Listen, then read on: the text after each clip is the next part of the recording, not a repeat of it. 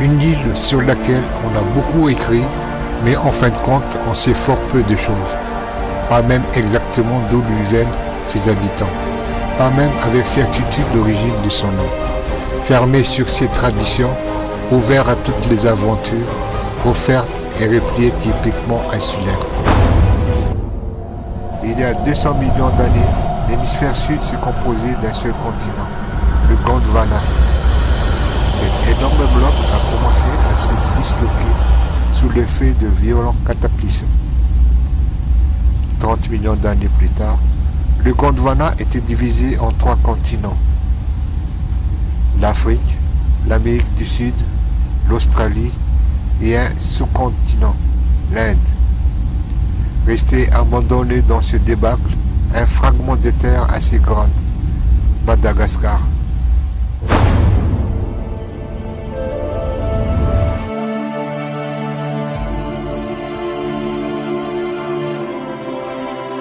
L'histoire du peuplement de Madagascar est encore loin d'être connue avec exactitude. L'hypothèse la plus répandue évoque plusieurs migrations successives venues d'Asie du Sud-Est, complétées d'Arabes et d'Africains.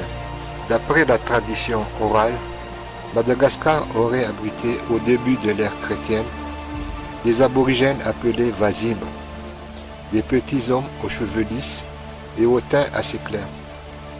Certaines régions abriteraient encore des peuplades inconnus, descendants directs, semble-t-il, des Wazim.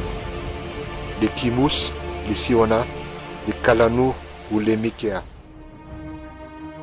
Aux environs du 6e et du 7e siècle, c'était la venue d'immigrants de la péninsule arabique. Les Arabes se sont installés dans la région du sud-est. Ils ont laissé le sourabé, des parchemins rédigés en lettres arabes, des secrets de divination, de l'astrologie, de la médecine.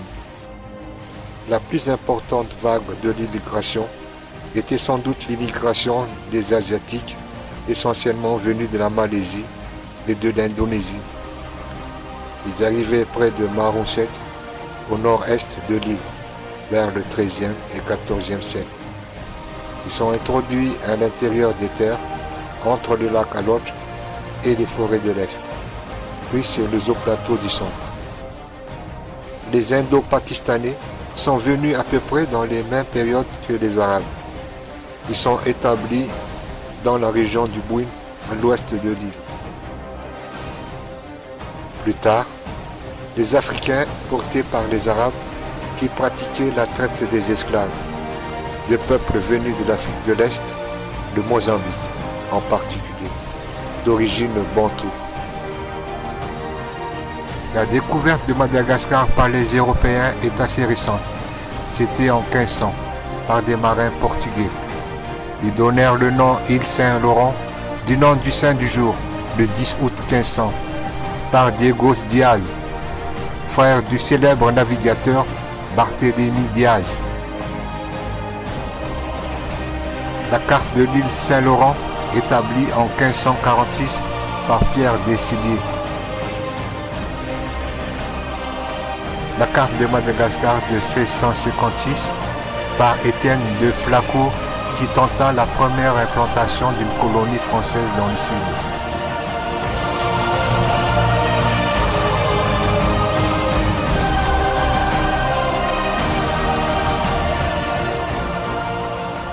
Au XXe siècle encore, le peuplement de Madagascar se poursuit.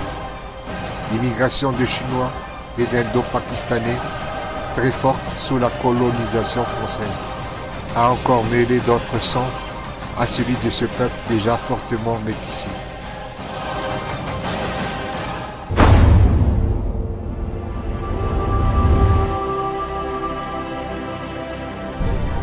Ces vagues successives entrecroisées des immigrants ont généré le type malgache. Ils formèrent des clans puis des colonies dans l'île. Au début du XVIIe siècle, des actions d'unification politique seront menées. 3 grandes régions prédominantes vont surgir. Le royaume des Sakalaves, ceux des grandes rives, ils occupent les régions de l'ouest, les Bouines, et les Ménabés. Ils sont pasteurs, ils élèvent des grands troupeaux de zébus. Le pays Merne, les Ambaniandres, ceux qui habitent près du soleil, s'étend au centre de l'île sur les hauts plateaux. Ils sont prépondérants par le nombre et par l'importance et la puissance au temps de leur royauté. La région du Betim-Sar, ceux qui sont solidaires, des guerres incessantes entre le nord-est et le sud-est. Ce n'est qu'au XVIIIe siècle, le roi Ratinlau, fils d'un pirate anglais, rassembla sous son autorité tous les petits royaumes du centre-est. Les descendants de ces flibustés, mariés à des filles de chefs, sont appelés les Anamalata.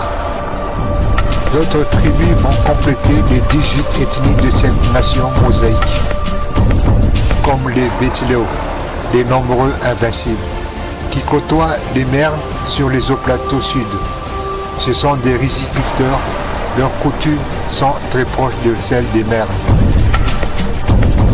Les Vézes, des grands pêcheurs et semi-nomades, ils sont établis sur les côtes de l'extrême sud-ouest. Les Entendrouilles, éleveurs et paysans, ils vivent dans une région très aride dans l'extrême sud. Les Bars, grands éleveurs de zébus, le vol de bétail est rituel. Ils sont d'origine bantoue, vivent dans le sud.